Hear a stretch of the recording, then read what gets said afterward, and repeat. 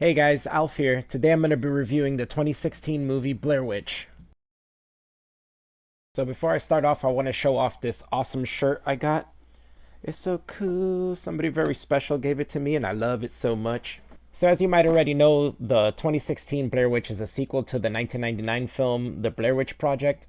There was already a sequel to the Blair Witch Project called Book of Shadows Blair Witch 2, but this new movie erases that one as a concept, which is all right because that movie was not very good, and also it didn't have much to do with the original film anyway. So this new film takes place 20 years after the events of the original film, and now it's the brother of the main character, Heather, who's spent most of his life researching what happened and wondering what happened to his sister.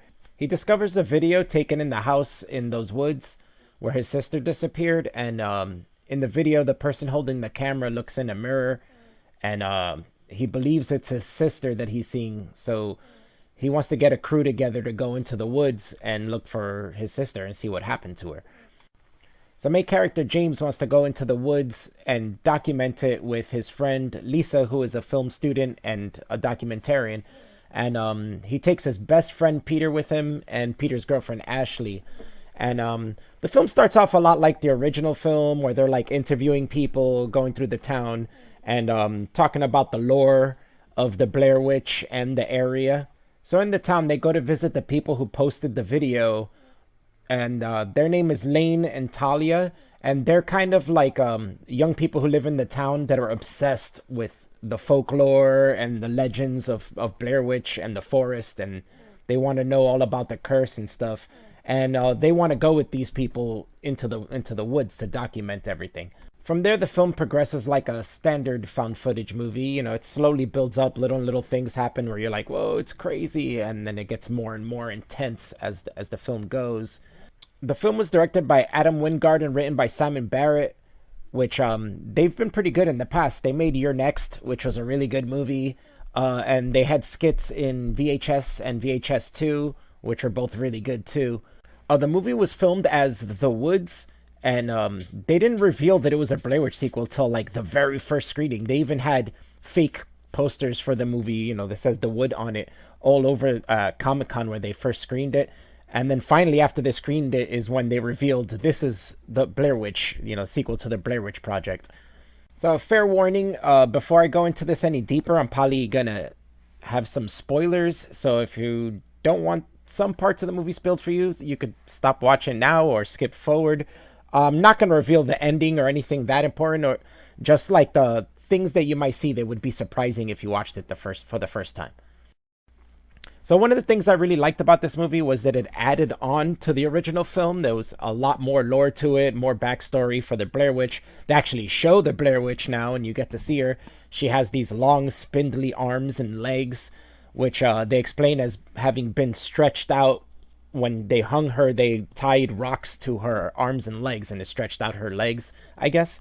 So after she died, I guess she came back and she had these long legs, and it's really creepy. Like you never really see her like straight up, but she's popping out the backgrounds, and like you just see the legs and the arms like and then back and then run back out. It's pretty fucking freaky.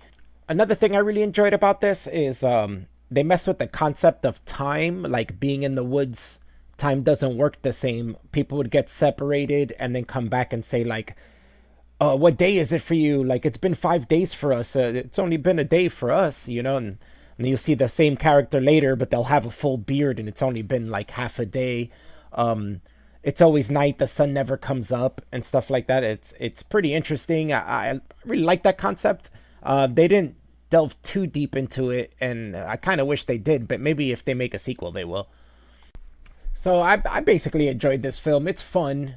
It's a found footage movie. I enjoy found footage movies. I know a lot of people don't, but I see them as like single service horror movies. They're especially great when there's a gap between really good horror movies and then you have a little found footage movie in the middle for fun. That's always good. As a sequel, it does a great job. It follows the format of the original, but ups the stakes. You know, so it's I find it more exciting. There's also it adds on to the lore, which is always the mark of a great sequel, and there's certain things that benefit the original film over this one. Like the original film had more realism because of the quality of the filming. The actors were better. In this one, I didn't find the actors too good. There's some parts where I'm like, not so good. But and then it's like HD filmed. I don't know why, but that kind of takes away from the realism of it. And also with the original film, that was kind of a new concept. It wasn't really original, but it was still kind of fresh, and that kind of sold that movie better. Now we have a plethora of found footage movies, and this is just another one to add on to it. But I enjoyed this one. It was a very well done one.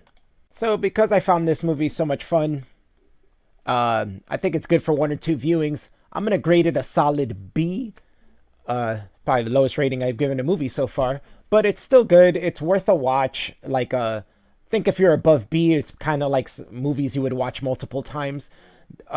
This movie is kind of like, it's fun the first time. The second time, it'd be like a little more interesting to catch the things you missed. But after that, you probably never have to see it again, which is kind of how I felt about the original Blair Witch. Liked that movie a lot, but I watched it like once or twice and I never had to see it again. So, yeah, it gets rated a B. Check it out if you're into those kind of films. You'll probably enjoy it. But that's about it for today. Thanks, guys. Peace.